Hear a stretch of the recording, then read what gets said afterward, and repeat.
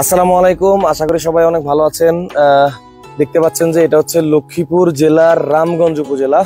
তো গত কয়েকদিন আগে আমরা খুবই আগ্রহ প্রকাশ করেছিলাম আমরা ফেনী যাব, নোয়াখালী যাব, কিন্তু বর্তমানে হঠাৎ করেই আমাদের রামগঞ্জে এত পরিমাণ পানি চলে এসেছে যা আসলে আমাদের ধারণারও বাহিরে।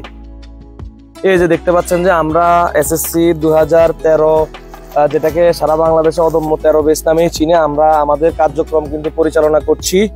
আমরা বর্তমানে যারা যারা একদমই অসহায় দুস্থ, কিনে খাওয়ার মতো অবস্থা তাদের নাই, আমরা তাদের জন্য আমাদের বন্ধুদের মাধ্যমে একটা ফান্ড কালেকশন করে কিন্তু আমরা সাহায্য সহযোগিতা করছি সবাইকে।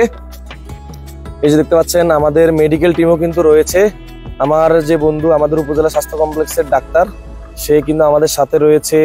তো দেখছে কাদের কোনো সমস্যা রয়েছে কিনা, কারণ এই মুহূর্তে কেউ অসুস্থ থাকলে আসলে হসপিটালে নেওয়াও কিন্তু সম্ভব না।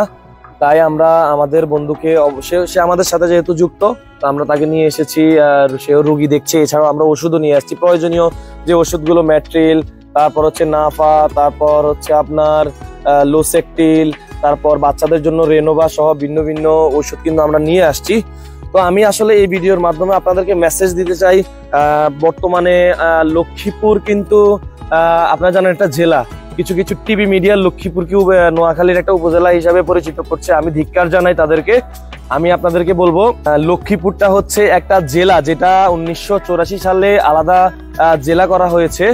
তো আমি আপনাদেরকে বলছি এই জেলাটা কিন্তু অনেকটাই মিডিয়ার বাহিরে। মিডিয়া কিন্তু এই জেলার প্রচারণা করছে না, কারণ মিডিয়া সবচেয়ে বেশি প্রচার করছে ফেনী, নোয়াখালী। আমি বলি করুক, আলহামদুলিল্লাহ ওরা বেশি বিপদগ্রস্ত, কিন্তু এই মুহূর্তে কিন্তু আমাদের লক্ষ্মীপুর জেলার রামগঞ্জ উপজেলাও কিন্তু প্রচুর পরিমাণে আসলে মানুষ পানিবন্দী হয়ে আটকা পড়ে আছে। যে দেখতে পাচ্ছেন আমার কতটুকু পানি, যে দেখতে পাচ্ছেন, মানে আমরা যে রাস্তা দিয়ে আসছি ওইদিকে আরো বেশি পরিমাণে পানি। আমি আপনাদেরকে বলবো আপনারা অবশ্যই ভিডিওটা শেয়ার করে দিবেন জনস্বার্থে, আমাদের রামগঞ্জ এবং লক্ষ্মীপুরের স্বার্থে, যেন সবাই দেখতে পারে যে আমাদের বর্তমান কি পরিস্থিতি রয়েছে, কি পরিস্থিতি। আমরা আসলে বর্তমানে কি বলবো, এত পরিমাণে খারাপ লাগছে। আমাদের এদিকের অধিকাংশ মানুষ, গ্রাম অঞ্চলের অধিকাংশ মানুষ হচ্ছে খেটে খাওয়া মানুষ।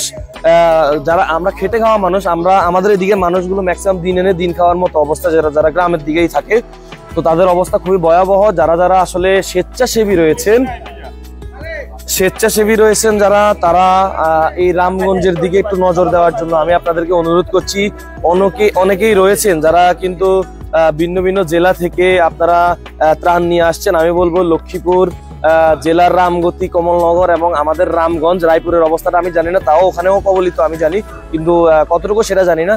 তো আমি আপনাদেরকে বলছি যে আপনারা রামগঞ্জের দিকে একটু